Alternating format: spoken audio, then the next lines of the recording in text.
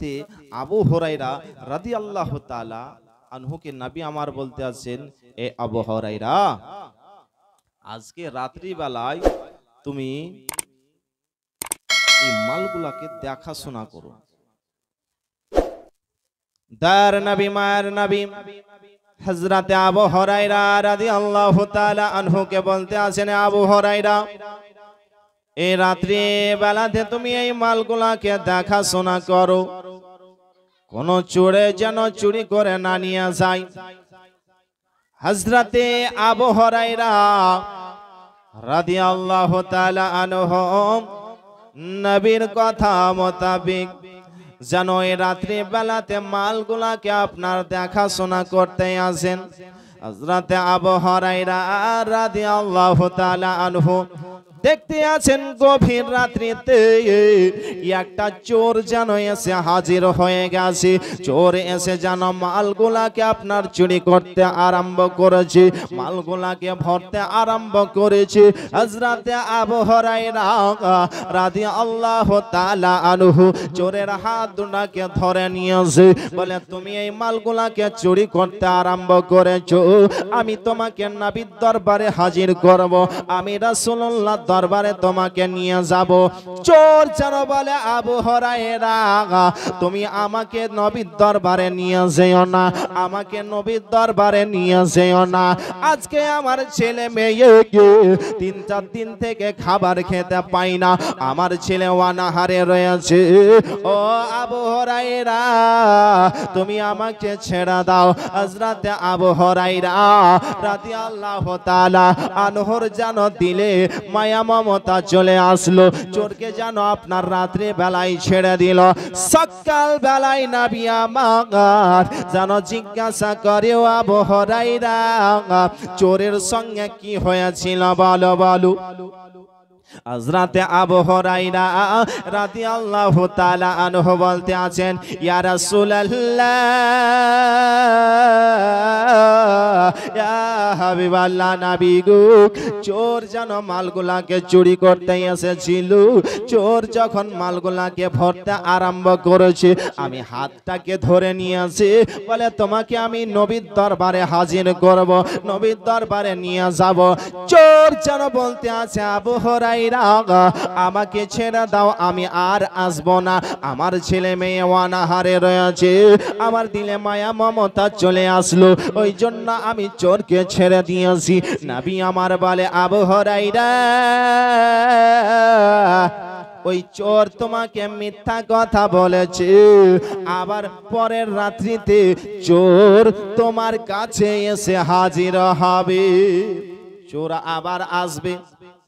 আবু হুরায়রার দিলে বিশ্বাস, নবী যখন বলেছে চোর হয়তো আবার আসবে, রাত্রি বেলায় আবার আবু হুরায়রা রাদিয়াল্লাহু তাআলা আনহু মানগুলাকে আপনার দেখাশোনা করতে আসেন গো। ওই গভীর রাত্রিতে আবার যেন চোর এসে হাজির হয়ে গেছে, চোর যেন মালগুলাকে ভরতে আরম্ভ করেছে। হযরতে আবু হুরায়রা রাদিয়াল্লাহু তাআলা আনহু চোরের হাতটাকে ধরে নিয়ে আসে, বলে, তোমাকে আমি নবীর দরবারে নিয়ে যাব, তুমি বলেছিলে যে আমি আর আসবো না।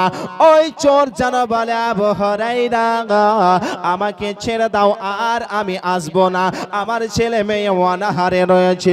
হযরতে আবু হুরায়রা রাদিয়াল্লাহু তাআলা আনহুর দিলে যেন মায়া মমতা চলে আসলো। হযরতে আবু হুরায়রা তিনি যেন আবার ছেড়ে দিলেন গো। সকাল বেলায় নবী আমার জিজ্ঞাসা করে, আবু হুরায়রা, চোরের সঙ্গে কি হয়েছিল? আবু হুরায়রা বলেন, ইয়া রাসূলুল্লাহ, ইয়া হাবিবাল্লাহ, নবী গো, আমাকে ওই চোর ওই কথাই বলেছিল, আমার ছেলে মেয়ে অনাহারে রয়েছে, আমাকে ছেড়ে দাও, আমি আর আসবো না, আমার দিলে মায়া মমতা আসলো, আমি তাকে ছেড়ে দিয়েছি। নবী আমার বলে, আবু হুরায়রা, আবার পরের রাত্রিতে চোর আসবে, তোমাকে মিথ্যা কথা বলেছে। হযরতে আবু হুরায়রা আবার পরে রাত্রিতে যেন মালগুলাকে দেখাশোনা করতেই আছে, দেখতে আছে চোর যেন আবার চুরি করার জন্য চলে এসেছে। আবু হুরায়রা রাদিয়াল্লাহু তাআলা আনহু চোরের হাত ধরে নিয়ে বলতে আছে, আর তোমাকে ছাড়বো না, তুমি বারবার মিথ্যা কথা বলছো যে আমি আসবো না আসবো না, আবার তুমি এসেছো, এবার তোমাকে নবীর দরবারে আমি নিয়ে যাব। চোর বলে, আবু হুরায়রা আমাকে নিয়ে যেও না, আমি তোমাকে একটা কলমা শিখিয়ে দেব, এই কলমাটা যদি পড়ে নাও তাহলে তোমার বাড়িতে চোর চুরি করতে পারবে না। আবু হুরায়রা বলে, চোর কি কলমা একটু বলো বলো। চোর যেন বলে, আবু হুরায়রা তুমি যখন রাত্রি বেলায় ঘুমাতে যাবে তখন তুমি যদি আয়াতুল কুরসি পাঠ করে নাও তাহলে ওই বাড়িতে চোর প্রবেশ করতে পারবে না এবং কোনো বালা মুসিবত আসবে না। জোরে বলুন। ব্রাদারি মিল্লাতে ইসলামিয়া এই কথা শোনার পরে চোর যেন আবার চলে গেল, চোরকে আপনার ছেড়ে দিয়েছে গো। এবার আবু হুরায়রা রাদিয়াল্লাহু তাআলা আনহুকে সকাল বেলায় নবী আমার বলে, আবু হুরায়রা কি হয়েছিল চোরের সঙ্গে একটু দয়া করে বলো। আবু হুরায়রা বলেন, ইয়া রাসূলুল্লাহ, ইয়া হাবিবাল্লাহ, নবী গো, চোর এসেছিল চুরি করার জন্য। ওই চোরকে যখন বললাম আমি নবীর দরবারে নিয়ে যাব গো, তখন চোর বলতে আছে, আমাকে ছেড়ে দাও, তোমাকে একটা আমি কলমা শিখিয়ে দেব। এইটা কলমা হচ্ছে যে আয়াতুল কুরসি যদি বাড়িতে পাঠ করা যায় ওই বাড়িতে চোর আসতে পারবে না। নবী আমার বলে, আবু হুরায়রা ওই চোরটা কে ছিল জানো? আবু হুরায়রা বলতে আছেন, ইয়া রাসূলুল্লাহ আপনি ভালো জানেন, একটু দয়া করে বলুন। নবী আমার বলতে আছেন, আবু হুরায়রা ওই চোরটা ছিল ইবলিস শয়তান। চোরটা কে ছিল? ইবলিস শয়তান। এখান থেকে দুইটা জিনিস বোঝা গেল যে নবী আমার ইলমে গায়েবের সংবাদদাতা নবী, এবং বাড়িতে যদি আয়াতুল কুরসি পাঠ করে ঘুমা যায় ওই বাড়িতে আপনার চোর প্রবেশ করতে পারবে না। জোরে বলুন সুবহানাল্লাহ। আয়াতুল কুরসি পাঠ করে রাত্রি বেলায় যদি ঘুমান তাহলে আল্লাহর ফেরেশতা আপনাকে সাহায্য করবে। সকাল বেলায় যদি আয়াতুল কুরসি পাঠ করে রাস্তা ঘাটে বের হন আপনাকে আল্লাহর ফেরেশতা সাহায্য করবে। ফরজ নামাজ পাঠ, ফরজ নামাজের পরে আয়াতুল কুরসি পাঠ করে আমরা বুকে ফুঁক দিই, ফুঁক দেয় না? ফুঁক দেয় না? নবী আমার বলেন, ফরজ নামাজের পরে কেউ যদি আয়াতুল কুরসি পাঠ করে ওই ব্যক্তির ইন্তেকাল ওই রকম হবে যে একটা সন্তান মায়ের স্তনে দুগ্ধ পান করতে করতে ঘুমিয়ে যায়, সন্তান বুঝতে পারে না, ওই রকম ভাবে ওই ব্যক্তির ইন্তেকাল হবে। জোরে বলুন সুবহানাল্লাহ। যে ব্যক্তি ফরজ নামাজের পরে আয়াতুল কুরসি পাঠ করে বুকে ফুঁক দেয় তার ইন্তেকাল হবে আসানের সহিত, সেই ব্যক্তি বুঝতেই পারবে না। ব্রাদার ভাইরা, আয়াতুল কুরসি পাঠ করে ঘুমাবেন। আয়াতুল কুরসি পাঠ করে যদি বাচ্চা যদি কান্না করে, যদি ফুঁক দেন কান্না বন্ধ হয়ে যাবে, তবে সবারই ফুঁকে কাজ দেবে? মুখ পাক পবিত্র হতে হবে, মুখটা পাক পবিত্র হতে হবে, হালাল খেতে হবে, চুগলখড়ি থেকে গীবত থেকে বাঁচতে হবে, তবে তো আপনার ফুঁকে কাজ দেবে। নাহলে বলবেন যে মৌলভী সাহেব বলেছে ফুঁক দেয়, কাজ দেয় না কেন? কি ব্যাপার? পাক পবিত্র হতে হবে, তবে আপনার ফুঁকে কাজ দিতে হবে, আমল করতে হবে। ব্রাদারে মিল্লাত ইসলামিয়া মা বোনেরা, আয়াতুল কুরসিটাকে মুখস্থ করার চেষ্টা করুন।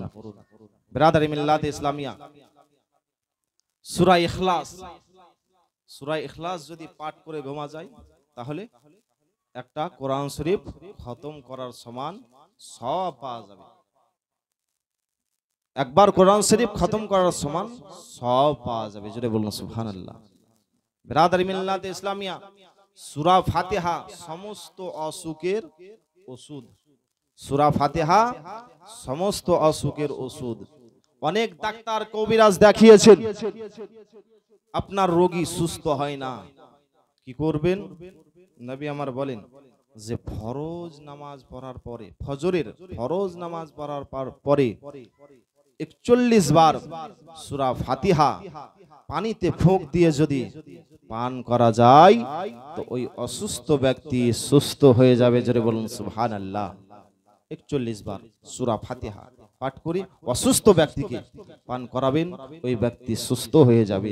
ব্রাদার, এই কোরআনকে পড়ার চেষ্টা করুন, কোরআনকে বোঝার চেষ্টা করুন। তাই তো স্যার বলেন, কোরআন মধরে বানে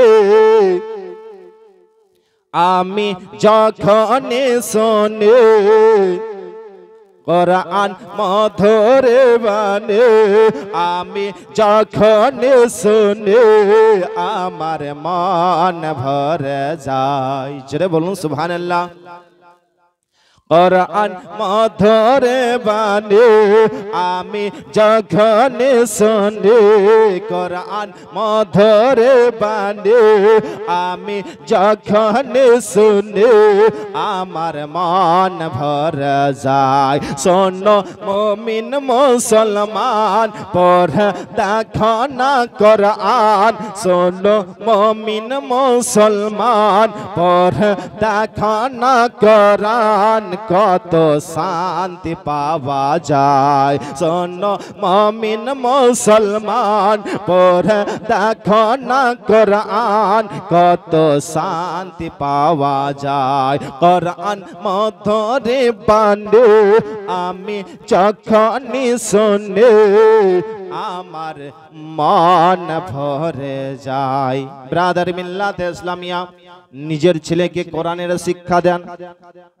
বাংলাও পড়ান, কোনো অসুবিধা নাই, কিন্তু কোরআনের জ্ঞানটা সঙ্গে রাখার চেষ্টা করুন। একজন মা জননীর 3টা ছেলে, তার স্বামী কি করেছে? বড় ছেলেকে আপনার ইঞ্জিনিয়ারিং লাইনে ভর্তি করেছে, মেজ ছেলেকে ডাক্তারি লাইনে ভর্তি করেছে। তিনার বিবি বলে, স্বামী গো, 2টা ছেলেকে 2 লাইনে ভর্তি করলেন, এই ছোট ছেলেটাকে মাদ্রাসায় ভর্তি করুন। স্বামী বলে, বিবি রে, এটা ফকিরি লাইন। মাদ্রাসায় পড়াটাকে অনেক মানুষ ফকিরি লাইন বলে, বলে না? বলে না? বলে। ব্রাদারি মিল্লাত ইসলামিয়া বলে, বিবি বলতে আছে, স্বামী গো, আমার ছোট ছেলেটাকে মাদ্রাসায় ভর্তি করেন। বিবি স্বামীকে খুশি করলো, রাজি করলো, ছোট ছেলেটাকে মাদ্রাসায় ভর্তি করলো, বড়টাকে ইঞ্জিনিয়ারিং লাইনে ভর্তি করেছে, মেজরটাকে ডাক্তারি লাইনে ভর্তি করেছে, ছোটটাকে আপনার মলবি লাইনে ভর্তি করেছে। তারা লেখাপড়া করে। এইবার স্বামী স্ত্রীতে একটা বুদ্ধি করলো, ও বিবি রে, আমার 3টা ছেলেকে 3 লাইনে দিয়েছি, তারা পাস করে বাড়ি ফিরে আসবে, ইঞ্জিনিয়ারিং পাস করে বাড়ি ফিরে আসবে, ডাক্তারি পাস করে বাড়ি ফিরে আসবে, মাওলানা পাস করে তারা বাড়ি আসবে। ও বিবি, আজকে পরীক্ষা করা যাক কোন ছেলেটা বেশি আমাদেরকে ভালোবাসছে, কোন ছেলেটা বেশি মহব্বত করছে। ও বিবি রে, আমার বড় ছেলে ইঞ্জিনিয়ারিং পাস করে বাড়ি আসবে, তখন তুই জোরে জোরে কান্না করবি।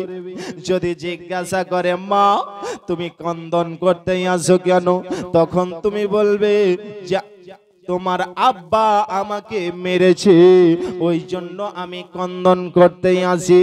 বলে, ঠিক আছে স্বামী গো, আমার ছেলে তো পাস করে বাড়ি ফিরবে, আমি ওই সময়তে ক্রন্দন করব। তিনার স্বামী ঘরের সামসেটের ওপরে, কার্নিসের ওপরে উঠে গিয়েছে যে আমার ছেলেরা কি বলছে দেখা যাক। ব্রাদারি মিল্লাতে ইসলামিয়া, বড় ছেলে ইঞ্জিনিয়ারিং পাস করে বাড়ি আসছে, আসার পরে দেখতে আছে মা জননী ক্রন্দন করতে আসে। বলে, মা গো, তুমি ক্রন্দন করতে আসো কেন? মা তুমি কন্দন করতে আসো কেন? বলে বেটা রে, তোমার আব্বা আমাকে অনেক মারা মেরেছে, এই জন্য আমি কন্দন করতেই আসি। ইঞ্জিনিয়ারিং পাস করে যেই ছেলে এসেছে, বড় ছেলেটা বলতে আছে, মাগু তোমাকে আমার আব্বা মেরেছে। বলে হ্যাঁ মেরেছে। বলে মা শাবলটা কোথায় রেখেছো? বলে কি করবি রে বেটা? বলে বাবার মাথাকে ফাটিয়ে দেব। কেন তোমাকে মেরেছে? বাবা ঘর থেকে শুনতে আসি, ও বেটা তোর পেছনে আমি লক্ষ লক্ষ টাকা খরচা করলাম, আজকে তুই আমার মাথা ফাটাবি। এই তোর শিক্ষা অর্জন করে এটাই জ্ঞান পেলি যে বাবাকে মারতে হয়। ব্রাদার মিল্লাতে ইসলামিয়া, তার বাবা চিন্তা করতে আছে, এই বড় ছেলের পিছনে আমি লক্ষ লক্ষ টাকা খরচা করলাম, ছোট ছেলেটাকে আমি অত টাকা দিতে পারিনি, মাদ্রাসায় পড়েছে, ছিঁড়া পাঞ্জাবি পায়জামা পরে শিক্ষা অর্জন করেছে, অত টাকা খরচা করতে পারিনি। বড় ছেলে আজকে তুই আমাকে মারবি, তোর পিছনে এত টাকা খরচা করলাম। বাবা ঘর থেকে শুনতে আসে। ওইদিকে মেজো ছেলে ডাক্তারি লাইন পাস করে বাড়ি ফিরে আসে। বাড়িতে আসার পরে দেখে মা জননী অঝোর নয়নে ক্রন্দন করতে আসে। বলে মা গো কেন ক্রন্দন করতে আসো? বলে বেটা রে, তোর আব্বা আমাকে অনেক মারা মেরেছে, ওই জন্য আমি ক্রন্দন করতে আসি। বলে মা গো হাসুয়াটা কোথায় রেখেছো? বলে বেটা রে হাসুয়া কি করবি? বলে আমার আব্বার পেটকে ফেলে দিয়ে আমি অপারেশন করে দেব, ডাক্তারি পাস করে এসেছি, অপারেশন করে দেব। কেন তোমাকে মেরেছে? বাবা শুনছে, হায় রে হায়, তোদের পিছনে এত টাকা খরচা করলাম, লক্ষ লক্ষ টাকা খরচা করলাম, কেউ বলছে মাথা ফাটাবো, কেউ বলছে অপারেশন করব। বেরাদার ইতিমধ্যে জানো মাদ্রাসা পাস করে মাওলানা বাড়ি ফিরে আসে। আসার পরে দেখতে আসে মা ক্রন্দন করতে আসে। বলে মা গো ক্রন্দন করতে আসো কেন? বলে বেটা রে তোমার আব্বা আমাকে অনেক মারা মেরেছে। বলে আব্বা মেরেছে? বলে হ্যাঁ। বলে মা তুমি হয়তো কোনো ভুল কাজ করেছো, বলে আব্বা মেরেছে। মা গো তুমি হয়তো ভুল কাজ করেছো, অন্যায় করেছো, বলে আব্বা মেরেছে। মা গো আব্বা কোথায়? বলে কেন তুমিও নাকি দিবে কিছু? বলে না মা, আব্বার কাছে চলো, আব্বার কাছে গিয়ে তুমি আগে ক্ষমাটা চেয়ে নাও। জোরে বলুন সুবহানাল্লাহ। মা গো যাও আব্বার কাছে গিয়ে তুমি ক্ষমাটা চেয়ে নাও। জোরে বলুন সুবহানাল্লাহ। এ হচ্ছে মাদ্রাসায় পড়া জ্ঞান। ব্রাদারি মিল্লাতে ইসলামিয়া, ডাক্তারি মাস্টারি পড়তে আপনাকে মানা করব না, সঙ্গে কোরআন হাদিসের জ্ঞানটা রাখার চেষ্টা করুন। যদি আপনার ছেলে কোরআনের হাফিজ হয়, মাওলানা হয়, তাহলে কমসে কম তো আপনার জানাজাটা তো পড়াতে পারবে, কমসে কম তো আপনার নামে খতম দিতে পারবে, আপনার জন্য একটু দোয়া করবে। নেক্সট সন্তান তৈরি করেন। ব্রাদারি মিল্লাতে ইসলামিয়া, কোরআনকে ভালোবাসার চেষ্টা করুন, কোরআনের ইজ্জত করুন, কোরআনের সম্মান করার চেষ্টা করুন। মুহাম্মদ গজনবী রহমাতুল্লাহ আলাইহি তিনি রাত্রি বেলায় ঘরে প্রবেশ করছেন ঘুমাবার জন্য। রাত্রি বেলায় ঘরের মধ্যে প্রবেশ করতেই আছেন। ঘরের মধ্যে প্রবেশ করলেন, দেখতে আছেন ঘরে কোরআন শরীফ রাখা। মুহাম্মদ গজনবী রহমাতুল্লাহ আলাইহি চিন্তা করছেন, আমি এই ঘরের মধ্যে ঘুমাবো আর কোরআন শরীফ ঘরেও থাকবে, বেয়াদবি হয়ে যেতে পারে। না না, আমি এই কোরআন শরীফ ঘরে রাখবো না, বাইরে যেন রেখে দিলেন। ব্রাদারি মিল্লাতে ইসলামিয়া ঘরে আসলো ঘুমাবার জন্য। আবার মুহাম্মদ গজনবী চিন্তা করতে আছেন, কোরআনকে আমি ঘর থেকে বের করে দিলাম, ঘরে আমি ঘুমাবো, কোরআন বাইরে থাকবে না, এটা হতে পারে না। আবার যেন ঘরের মধ্যে কোরআনকে রেখে দিলেন, বাইরে চলে আসলেন, ইন্তেকাল হয়ে গেল মোহাম্মদ গজনবী। ইন্তেকাল করার পরে কেউ যেন তাকে স্বপ্নের মাধ্যমে দেখতে আসে, সেই ব্যক্তি জান্নাতে ঘোরাঘুরি করতেই আসে। তাকে জিজ্ঞাসা করা হলো, ও মোহাম্মদ গজনবী, তুমি কিভাবে জান্নাত পেলে, তুমি কিভাবে জান্নাত পেলে বলো বলো। মোহাম্মদ গজনবী বলতে আছে যে আমি কোরআনের সম্মান করার জন্য, কোরআনের ইজ্জত করার জন্য আল্লাহ রাব্বুল আলামিন খুশি হয়ে আমাকে জান্নাতবাসী করেছে। কোরআনকে সম্মান করার জন্য, কোরআনকে ভালোবাসার জন্য আল্লাহ রাব্বুল আলামিন ওই ব্যক্তিকে জান্নাতবাসী করেছেন। ব্রাদারি মিল্লাত ইসলামিয়া, নিজের ছেলে মেয়েকে কোরআনের হাফিজ বানান। ব্রাদারি মিল্লাত ইসলামিয়া, হযরত ঈসা নবী কবরের পাশ দিয়ে যেতে আছেন, কবরের পাশ দিয়ে যেতে যেতে দেখতে আসেন যে এই কবরটার মধ্যে আযাব চলতে আছে। কিছুক্ষণ পরে আবার যেন তিনি ওই কবরের পাশ দিয়ে আসেন, দেখতে আছেন ওই কবরটাতে আল্লাহর রহমত বর্ষিত হচ্ছে, রহমত নাজিল হচ্ছে। ঈসা নবী চিন্তা করলেন, আমি যাওয়ার টাইমে দেখলাম কবরটাতে আযাব হচ্ছে, এখন শুধু আল্লাহর রহমত বর্ষিত হচ্ছে। ঈসা নবী আল্লাহর দরবারে দুহাত তুলে দোয়া চাইছেন, আল্লাহ, আমি যখন এই রাস্তা দিয়ে যেতেছিলাম দেখতে পেলাম এই কবরের মধ্যে আযাব, এখন দেখতে আছে যেন এই কবরের মধ্যে রহমত বর্ষিত হচ্ছে। আল্লাহ একটু দয়া করে বলে দে, এই ব্যক্তির কবরের আযাব মাফ হলো কোন কারণে? আল্লাহ বলতে আছেন, ঈসা, এই ব্যক্তি ইন্তেকাল করার পূর্বে তার বিবিকে দুনিয়াতে রেখে এসেছিল, তার বিবির গর্ভে সন্তান ছিল। সন্তান যখন দুনিয়াতে আসলো, সন্তান যখন কিছুটা বড় হলো, তার বিবি কি করেছে? তাকে মাদ্রাসায় যেন ভর্তি করেছে। মাদ্রাসায় ভর্তি করার পরে মাওলানা সাহেব যখন বলে পড়ো বিসমিল্লাহির রহমানির রহিম, যখনই বলেছে বিসমিল্লাহির রহমানির রহিম পাঠ করো, বাচ্চা যখন বিসমিল্লাহির রহমানির রহিম পাঠ করেছে, তখন আমি আল্লাহ খুশি হয়ে তার বাবার কবরের আযাব মাফ করে দিয়ে তাকে আমি জান্নাতবাসী করে দিয়েছি। কারণ তার সন্তান এই জমিনের ওপরে আমার নাম নিবে, আমার প্রশংসা করবে, আর তার বাবাকে আমি কবরের ভিতরে কিভাবে আযাব দিতে পারি? একটা সন্তানকে মাদ্রাসায় ভর্তি করার পরে তার বাবার কবরের আযাব মাফ হয়ে যায়। ব্রাদারি মিল্লাত ইসলামিয়া।